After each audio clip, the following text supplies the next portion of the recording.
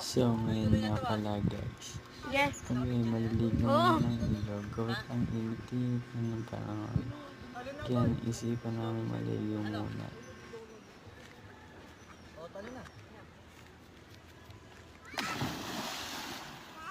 Yun, kita. Bakla na naman si Toto. Ala, hindi ako marunong mag-dive tanga. Okay lang, talon lang. Tama, may iwa ka pa sa tangina mo, parang ano yun? Pa. Bata, agay! Agay! Ito, dito na lang, tatalo na kita.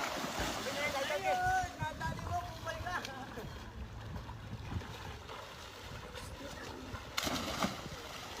Gusto ng talon mo, Daigo.